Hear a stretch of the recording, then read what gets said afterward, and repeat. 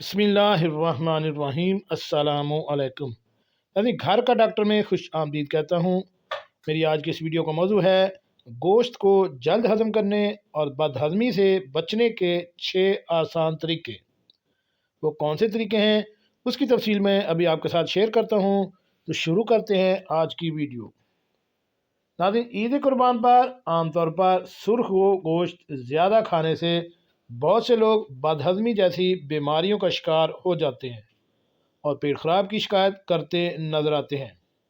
इस वीडियो में हम गोश्त को जल्द हजम करने के 5 ऐसे तरीके जिक्र करेंगे जिस पर अमल पैरा होकर जहां आप बदहजमी से बच सकेंगे वहां आपका निज़ाम बेहतर तौर पर काम करेगा और पेट की सफाई हो जाएगी।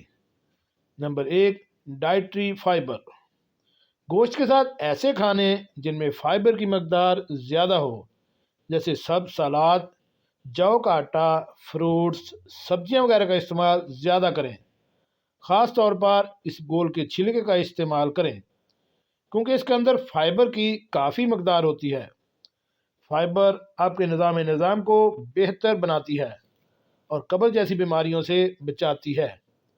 ये मैदे से पानी को जज़ब करके वज़न पैदा करती है और जिस्म को बेहतर करती है। गैस और ब्लोटिंग जैसी बीमारियां पैदा नहीं होने देती और इससे महफूज रखती है। नंबर 2, दही। दही प्रोबायोटिक हासिल करने के लिए एक नेचुरल ग़िज़ा है जो निज़ाम को बेहतर बनाता है।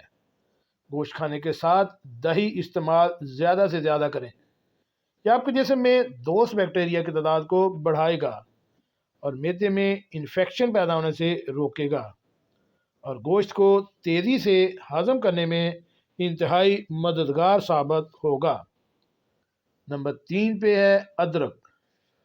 नाज़रीन, अदरक सदियों से निज़ाम की बीमारियों की रोकथाम के लिए इस्तेमाल किया जाता है और आज भी इसका इस्तेमाल खुराक को जल्द हज़म करके जुज़े बदन बनाने में इंतहाई मुफीद है।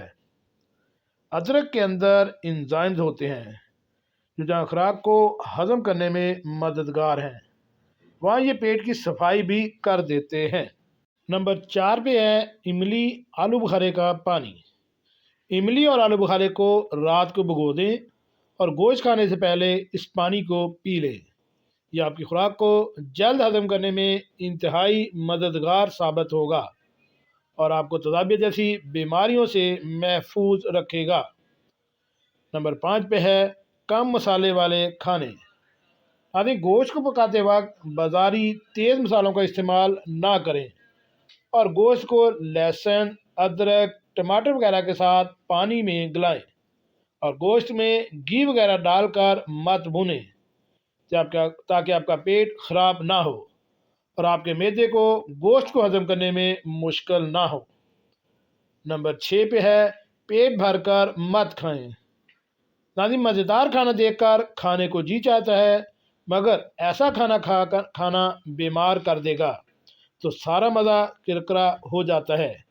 इसलिए पेट भर कर खाना मत खाएं ताकि मैदे को खाना हज़म करने में आसानी रहे। जी नाज़रीन, कैसे लगी आज की हमारी ये मालूमाती वीडियो? ऐसी मालूमाती वीडियो हासिल करने के लिए मेरे इस चैनल घर का डॉक्टर को